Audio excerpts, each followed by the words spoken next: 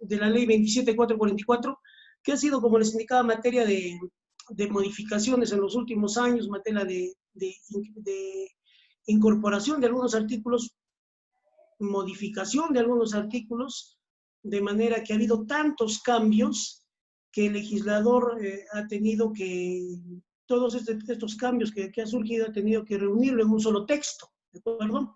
Para no estar hablando de la 27444, modificado por tal artículo, a su vez modificado por tal o cual artículo, etcétera, porque ha habido, o por tal o cual norma, porque ha habido muchas modificaciones. Yo les comentaba que en el decreto legislativo, la 1272, del año 2017, solamente con ese decreto legislativo se han modificado 85 artículos, entre modificaciones, incorporaciones y algunos otros cambios. Y luego de ello se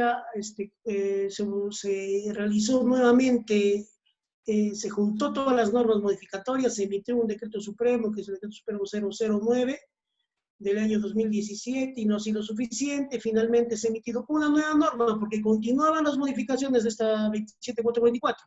Finalmente se emitió el decreto supremo 04 del año 2019, del mes de enero del año pasado, mediante el cual ya es el texto, digamos, final de la norma, sin perjuicio, evidentemente, de que esta norma continúe con los cambios propios, pues, del derecho, ¿no? Y por cuestiones legislativas, que seguramente van a seguir habiendo cambios. Bueno, finalmente, como les digo, contamos con este decreto supremo 04 del año 2019, el cual va a servir como texto para poder desarrollar el procedimiento administrativo.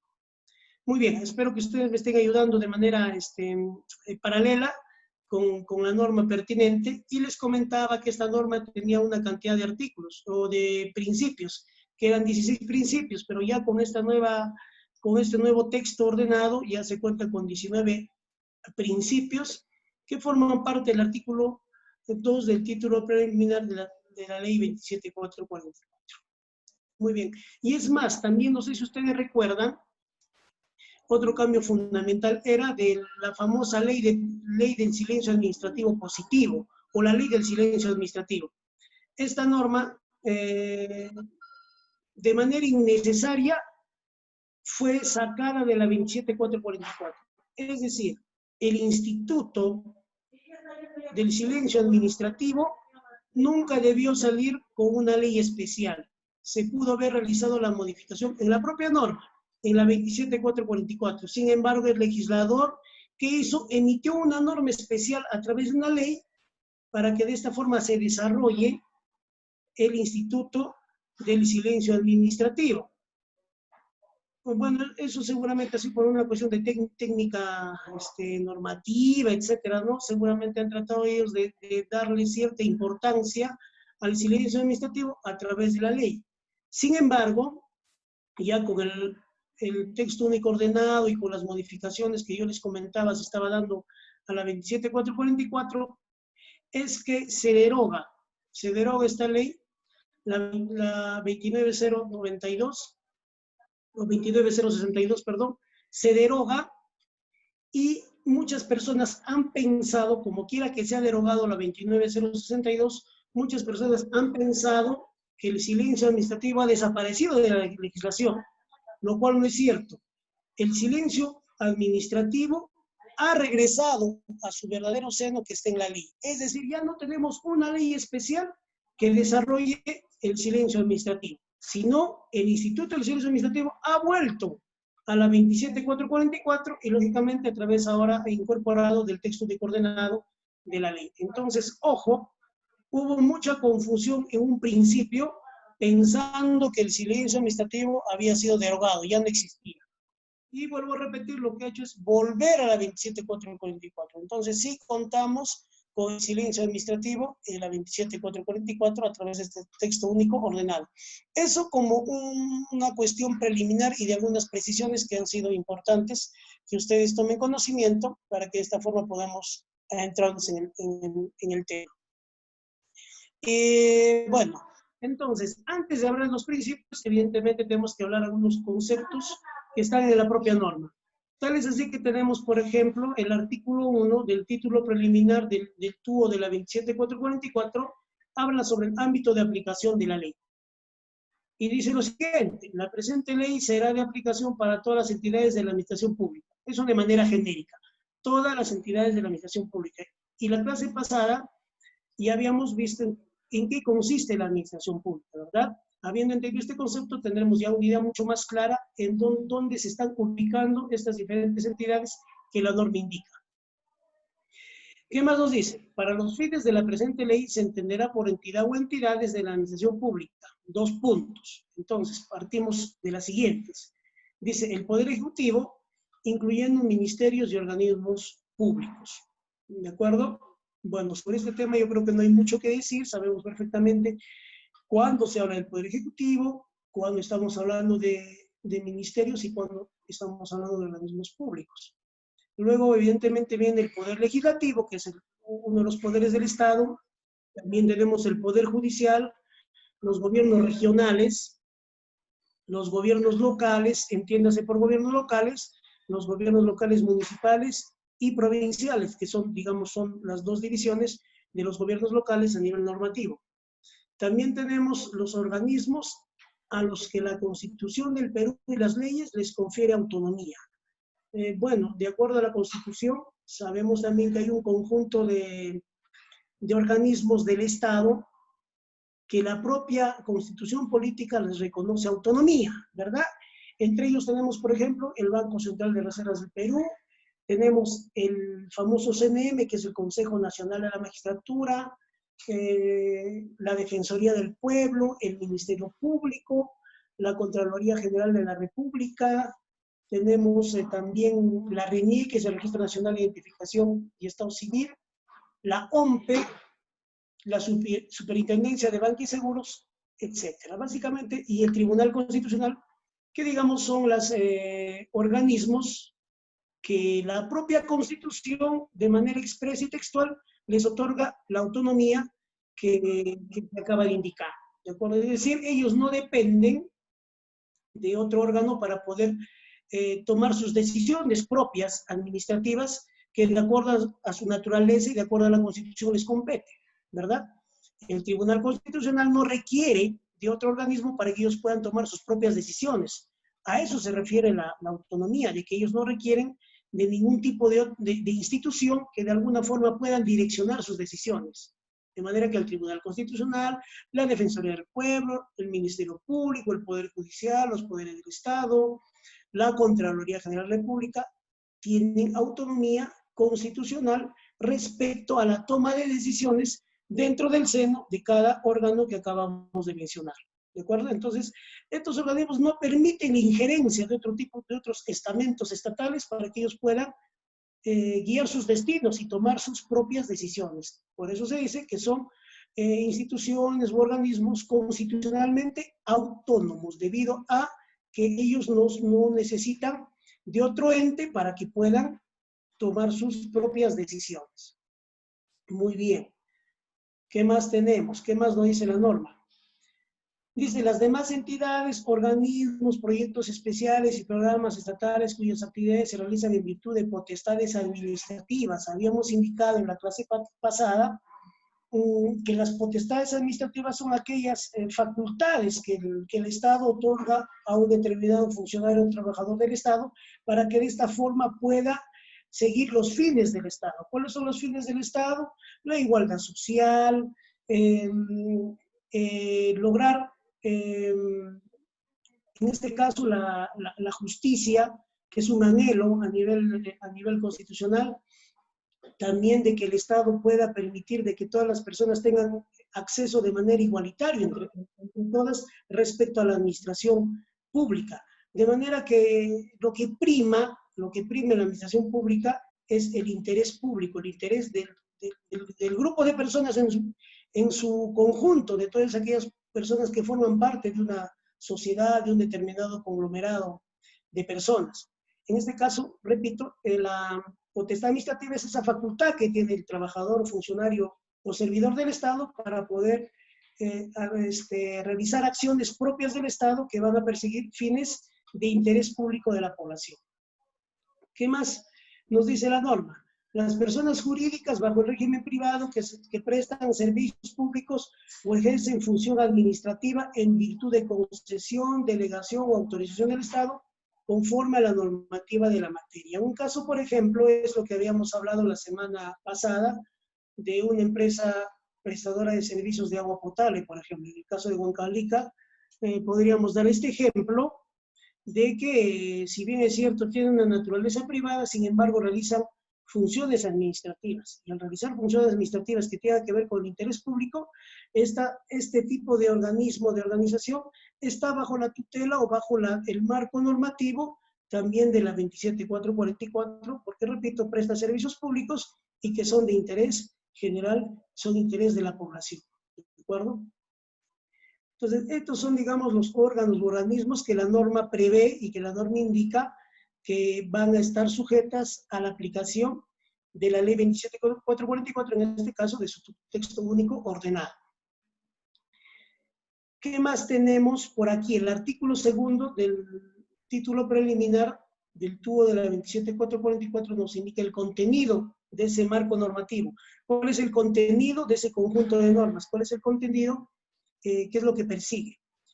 Dice, la presente ley contiene normas comunes para las actuaciones de la función administrativa del Estado, ¿no es cierto? Es decir, la función administrativa, aquellas que lo ejercen a través de los funcionarios y los servidores.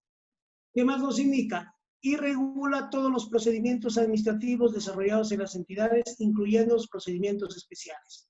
¿Hay procedimientos administrativos en entidades comunes? Por supuesto que sí. Pero también cada entidad tiene sus propios procedimientos que también están regulados por cada entidad, sin embargo, de manera complementaria o supletoria, tratarían la 27444 para algunos casos en los que sean necesarios. ¿Qué más nos dice respecto del contenido de la norma? Las leyes que crean y regulan los procedimientos especiales no podrán imponer condiciones menos favorables a los administrados que las previstas en la presente ley. Este tema tiene que ver que la norma, la 27444, a través del TUO, es una norma de rango general, como venimos indicando, de rango general y evidentemente de alcance nacional. Sin embargo, hay entidades, bueno, la gran mayoría de entidades emiten normas complementarias a la 27444 y de acuerdo a la particularidad y de acuerdo a de cómo está conformada cada institución, cómo se organiza. De manera que estas normas complementarias, estas normas adicionales, por un lado no pueden contravenir el contenido de la 27444, ni tampoco se puede regular exigencias que van en contra de la norma o exigencias mucho más difíciles de lo que la norma prevé. En el tema de requisitos, por ejemplo, para una licencia de funcionamiento, la norma especial puede prever unos 10 o 15 procedimientos, por ejemplo. ¿De acuerdo? Sin embargo, o 10 o 15 requisitos, de acuerdo a la naturaleza de cada caso. Sin embargo, la norma especial de una municipalidad, una norma complementaria que podrían emitir, ellos no pueden crear requisitos que están fuera del marco normativo, ni requisitos adicionales que sean difíciles de que el administrado pueda cumplir. Entonces, básicamente, el tema del contenido de la 27444 hace de que las normas complementarias emitidas por otros órganos no puedan crear procedimientos más complicados, procedimientos difíciles, o poder crear requisitos que no están acorde con la norma general. Seguidamente, tenemos que las autoridades administrativas, al reglamentar los procedimientos especiales, bueno, esta parte ya lo indicamos. Ahora viene la finalidad. ¿Qué dice la 27444? Dice, la presente ley tiene por finalidad establecer el régimen jurídico aplicable para que la actuación administrativa sirva para la protección del interés general, garantizando los derechos e intereses de los administrados y con sujeción al ordenamiento constitucional y jurídico en general. Prácticamente el tema de la finalidad de la norma va dirigida, digamos, al motivo por el cual existe la administración pública, como les iba indicando. ¿Cuál es el fin que persigue la administración pública? Consecuentemente, ¿cuál es el fin que percibe esta norma? Es el logro del interés general, el interés común, el interés colectivo. Se tiene que anteponer el interés de la población sobre intereses particulares, intereses de grupos minúsculos que probablemente ostentan poder. Sin embargo, la norma se orienta a que la administración pública cumpla objetivos y fines que tengan que ver con el interés general, no intereses de grupo, no intereses de minorías, sino intereses de la población en su conjunto. De manera que se garantiza los derechos de los administrados con sujeción al ordenamiento constitucional y jurídico en general. De alguna forma, esta finalidad de la norma es una antesala al principio que se va a desarrollar más adelante, que es el principio del debido procedimiento, ¿no? Y el principio de legalidad, que es que la Constitución prima sobre las demás normas y que la administración pública, tanto administración pública como los administrados, están obligados a cumplir las normas y todo procedimiento, como yo les había indicado en la sesión pasada, tiene que ceñirse al marco normativo, a lo que está escrito, a la norma material que es plausible y puede ser entendida. De esta manera, la administración pública tiene que actuar ceñido a lo que dice la norma. Toda su actuación se ciñe a lo que está escrito a través del ordenamiento normativo en materia administrativa. Muy bien. El artículo 4 del título preliminar indica sobre los principios del procedimiento administrativo. Dice que el procedimiento administrativo se sustenta fundamentalmente en los siguientes principios, sin perjuicio de la vigencia de otros principios generales del derecho administrativo. Muy bien. ¿Hasta aquí me están escuchando? Me interesa que me estén escuchando, jóvenes. Sí se le escucha, doctor. Perfecto, perfecto. Algo adicional. Cuando gusten, pueden participar sin ningún inconveniente, porque a lo mejor, como no tenemos la comodidad necesaria para poder entendernos, yo voy avanzando a lo mejor y va a haber cosas sueltas. Entonces, para mí será importante de que participen de manera libre y de esta forma estaremos absolviendo de manera inmediata algunas dudas o consultas respecto a los principios, ¿ya? Entonces, prácticamente entramos desde ya a lo que es la carnecita, por decirlo de una forma, incluso del propio procedimiento administrativo, que son los principios, porque estos principios van a servir como pilares, como guía para el desarrollo de todos los procedimientos administrativos que seguramente se va a ir conociendo a través de la experiencia que ustedes van a tener, aquellas personas que quieran abrazar el derecho administrativo, en base a estos principios.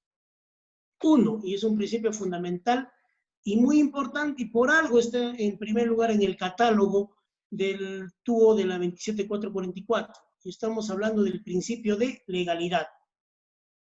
La norma indica de manera expresa lo siguiente: las autoridades administrativas deben actuar con respecto a la Constitución, a la ley y al derecho, dentro de las facultades que le estén atribuidas y de acuerdo con los fines para los que fueron conferidas.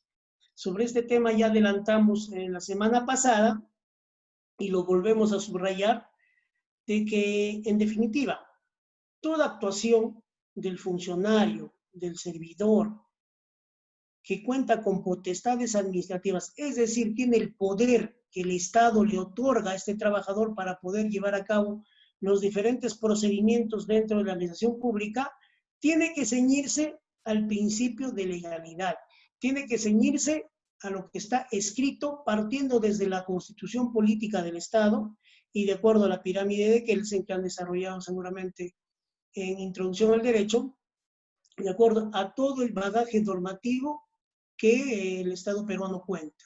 Respecto a la Constitución y a las leyes entiéndase a todas aquellas normas emitidas por el legislador, por el Congreso de la República y también por los diferentes ministerios, sean decretos supremos, resoluciones ministeriales, etcétera, etcétera. Y precisamente habla, esta actuación se da dentro de las facultades atribuidas por el Estado a un trabajador o a un funcionario público. De manera que toda la actuación tiene que ceñirse en estricto a lo que está escrito, a lo que está establecido en la Constitución y demás normas positivizadas por el legislador. ¿De acuerdo? ¿Alguna pregunta, jóvenes, respecto a este tema?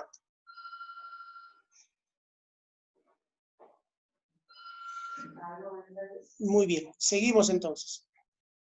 Segundo principio. el principio del debido procedimiento. ¿Qué nos dice la norma sobre el principio del debido procedimiento? Dice, los administrados gozan de los derechos y garantías implícitos al debido procedimiento administrativo. Los administrados gozan de los derechos y garantías implícitos al debido procedimiento administrativo. Perdón. Tales derechos y garantías comprenden de modo enunciativo, mas no limitativo, los derechos a ser notificados. Entonces, este debido procedimiento va a englobar una serie de derechos. Uno de ellos, el derecho a ser notificados.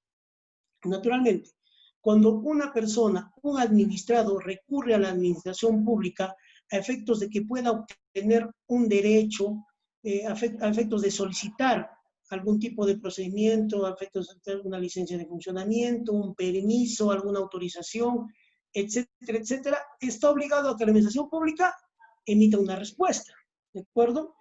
Entonces, esta respuesta debe ser debidamente notificada y formalmente notificada al administrado. Sea esta respuesta positiva o negativa, aceptando el pedido o denegando el pedido. Entonces, uno de los derechos que engloba este principio del debido procedimiento es el derecho a ser notificados. ¿Qué más tenemos? Acceder al expediente. ¿Qué entendemos sobre este principio de acceder al expediente? Todo procedimiento iniciado ante la administración pública por un administrado tiene que, evidentemente, seguir una serie de pasos, ¿de acuerdo? Seguramente en la solicitud inicial de una persona llegará a la oficina X, posteriormente pasará por la oficina Y, por ahí un informe de algún técnico, de algún especialista, etcétera, etcétera, hasta que concluya. De manera que todos esos actos que se van originando respecto a una solicitud, es decir, aquellas actuaciones por parte de la administración pública, va a formar un expediente administrativo, que no es otra cosa más que un conjunto de documentos. De manera que el administrado, sin mayor motivación, puede acceder al expediente administrativo que él ha iniciado, es decir, solicitar, verificar, en este caso al funcionario o a la persona encargada de manejar el expediente, de verificar su propio expediente para poder saber en qué estado está su procedimiento, ¿de acuerdo? Y esto guarda bastante vinculación con otros principios que en un momento vamos a ir desarrollando. Entonces, el acceso al expediente no es otra cosa más que verificar, ir viendo de manera, en cualquier momento, por parte del administrado, cómo va su trámite y qué actuaciones ha recibido por parte de la administración, para que de esa forma el administrado pueda saber y tener una idea de en qué momento va a existir una respuesta final por parte de su solicitud que se tramita ante la administración pública. También nos habla de refutar los cargos imputados. Naturalmente, esto está orientado a un procedimiento disciplinario o a un procedimiento sancionador, ¿verdad? Naturalmente, si a alguien le imputan cargos por haber cometido una infracción o una falta administrativa, se tiene, por un lado, el derecho a la defensa, que ya es un derecho constitucional, y de esta manera, ejerciendo el derecho a la defensa, se puede refutar o contradecir las imputaciones que se le hace a una persona, ya sea un proceso disciplinario o un procedimiento sancionador. También nos habla de que este procedimiento o el debido procedimiento también engloba la exposición de argumentos y la presentación de alegatos por parte del administrado. Evidentemente, si es que a alguien se le imputa una falta administrativa o se inicia un procedimiento sancionador, esta persona, en función y ejercicio del derecho a la defensa, tiene la facultad de presentar argumentos, evidentemente, de contradecir fácticamente lo que de manera preliminar se afirma. Tiene el derecho a presentar sus alegatos complementarios. Por supuesto, frente a un procedimiento disciplinario sancionador, el administrado también tiene el derecho, inclusive, de solicitar la palabra de manera personal o a través de su abogado, para que de esta forma, justamente en irrestricto derecho a la defensa, pueda ejercer precisamente, argumentar los motivos por el cual está contradiciendo las afirmaciones que realiza la administración pública. De manera que también tiene derecho a presentar sus alegatos y los argumentos que sustenten su postura en un determinado momento. También habla del derecho de ofrecer y producir pruebas. Dentro de los alegatos, dentro de los argumentos, también se pueden presentar pruebas documentales, ya sean, por ejemplo, testigos, peritajes, de acuerdo a la naturaleza del procedimiento que se ha iniciado dentro de la administración pública. También habla del derecho de obtener una decisión motivada. Eso lo van a ver ustedes cuando se desarrolle el acto administrativo, cuáles son los requisitos de un acto administrativo, cuáles son los requisitos del pronunciamiento que tiene que tener una entidad respecto a un pedido de un administrado. Hay que responderle, ¿verdad? Y al responderle, esa respuesta tiene que tener una serie de requisitos. Uno de ellos, por ejemplo, es la motivación. Y aquí este debido procedimiento engloba, nos desarrolla sobre el tema de la decisión motivada. Significa que cualquier respuesta, sea aceptando o denegando un pedido, tiene que tener el sustento fáctico y el sustento jurídico. El por qué te están denegando principalmente se va para estos casos, por qué te están denegando una determinada solicitud, tiene que ser debidamente explicada, considerando los hechos y también aspectos de orden jurídico, de manera que la motivación tiene que englobar temas fácticos y temas jurídicos. Y también habla de la emisión de la respuesta según plazo razonable. De acuerdo a la norma, digamos, existe ya una regla respecto a los plazos para que un funcionario o servidor pueda responder a los requerimientos de un administrado. Y son 30 días hábiles. Eso de manera general. Sin embargo, pueden existir normas especiales de algún sector que regule este plazo para dar respuesta que pueda ser menor. Eso también es posible en algunas instituciones o entidades que podrían regular de manera independiente, pero no pueden regular plazos mayores, pero sí pueden regular plazos menores. Entonces, como regla general, el plazo que tiene la administración pública para dar respuesta a un requerimiento, a una solicitud o a un pedido de un administrado es de 30 días hábiles. Ojo, los días en la administración pública se cuentan como días hábiles como regla general, salvo que la propia norma te diga para tales o cuales procedimientos se hace el conteo en días calendarios.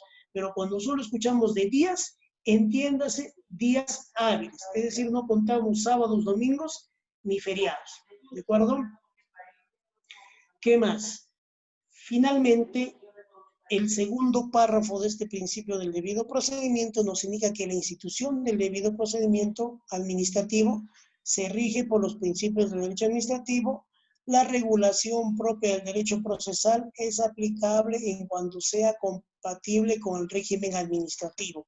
En esta última parte, ¿qué nos está diciendo? Que también es posible aplicar el Código Procesal Civil siempre y cuando exista compatibilidad con el régimen administrativo. Y esto naturalmente se tendrá que analizar ya cuando se presente un determinado caso concreto para ver si es posible o no aplicar el Código Procesal Civil. Y en el tema, por ejemplo, de las modalidades de notificación, si bien es cierto, está normado, está arreglado en la 27444, sin embargo, hay algunos aspectos que la 27444 no ha podido coberturar de manera completa. Por este motivo es que de manera complementaria para el caso de plazos, por ejemplo, para el caso de plazos y de modalidades de notificación, es posible aplicar de manera supletoria el Código Procesal Civil. Tercer principio. El principio, o antes, ¿hay alguna pregunta, alguna acotación a lo mejor que tienen que hacer sobre este tema que hemos venido desarrollando? Doctor, buenas noches. Buenas noches, adelante.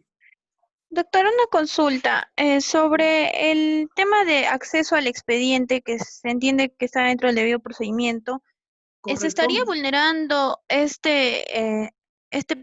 parte del principio del debido procedimiento, en todo caso, en lo que es ahora por el estado de emergencia? Muchas entidades que tienen, bueno, se rigen también por el procedimiento administrativo, por este TUPA, ¿no? Que es la 27444. ¿Se estaría vulnerando ello, por ejemplo, en Indecopi o no sé, en Sunafil, tal vez? ¿Se estaría vulnerando eso porque se entiende que el acceso al expediente debería ser en físico, o simplemente vale con que llames y te digan algún seguimiento de tu expediente, ¿no? Por ejemplo, ahora que están haciendo el trabajo remoto, por ejemplo. Perfecto. Claro, el acceso al expediente puede ser físico o también de manera digital, no habría problema. Pero por este caso, digamos, del aislamiento social que el Estado lo ha decretado, prácticamente de alguna forma se está suspendiendo el acceso por un tema de medida de seguridad. Entonces, digamos, este acceso al expediente, este principio que está dentro del debido procedimiento regulado por la norma, de alguna forma se suspende en virtud también de otra norma. O sea, no es arbitrario, no es que la entidad te dice, es que el COVID y no tienes acceso, no puedes, sino que hay una norma precisamente por el tema de aislamiento social y por medidas de seguridad, ¿de acuerdo? Es que por el momento no se permite. Entonces, aquí no se está vulnerando porque existe una norma especial que te dice un ratito, por el momento no vas a poder tener acceso en físico. Ahora, si no existiera una norma, evidentemente se estaría vulnerando el principio del debido procedimiento. En situaciones normales, por decirlo de una forma, que te lleguen el expediente, definitivamente es inclusive pasible de una falta administrativa por parte del funcionario del servidor público. Pero en estas condiciones especiales y excepcionales, definitivamente existe, digamos, el sustento normativo por el cual en algunos casos seguramente no va a ser posible para poder tener acceso al expediente administrativo de manera física. Entonces, recordemos que es un tema excepcional que está debidamente reglado y normado. Repito, en condiciones normales no hay motivo por el cual la administración pública pueda denegar el acceso al expediente administrativo. Y es más, otro sustento para poder tener este acceso es la ley de la transparencia y acceso a la información pública. O sea, este principio o esta parte de acceso al expediente también tiene de alguna forma un sustento constitucional, ¿de acuerdo? Que es precisamente al acceso libre. Y es más, tú no tienes por qué decir al servidor o al funcionario para qué quieres tener acceso. No hay necesidad. O sea, no se requiere una expresión de causa para poder requerir un informe, inclusive respecto a tu trámite administrativo y otros tipos de informes, porque se entiende que la administración pública, por su naturaleza, es pública y no tiene por qué ser secreta, salvo excepciones que la propia norma prevé. Entonces, en estas circunstancias, sí existe la justificación para que en algunos casos no se pueda acceder al expediente administrativo. Gracias, doctor. No, no hay que. ¿Alguna otra pregunta? Ya. Entonces seguimos. El principio de impulso de oficio, que es lo que nos dice nuestra 27444, nuestro TUO de la 27444, dice, las autoridades deben dirigir e impulsar de oficio el procedimiento y ordenar la realización o práctica de los actos que resulten convenientes para el esclarecimiento y resolución de las cuestiones necesarias. A ver, el principio del impulso de oficio no es otra cosa más de que cuando un administrado pone en movimiento el aparato administrativo, es decir, lo pone en movimiento cuando presenta algún documento, algún requerimiento, alguna petición, ¿de acuerdo? O la satisfacción de algún interés, pone de conocimiento de la administración pública. Para empezar, habíamos dicho que la administración pública tiene plazos. Entonces, uno de los motivos por el cual la administración pública debe impulsar ese procedimiento o ese pedido para poder dar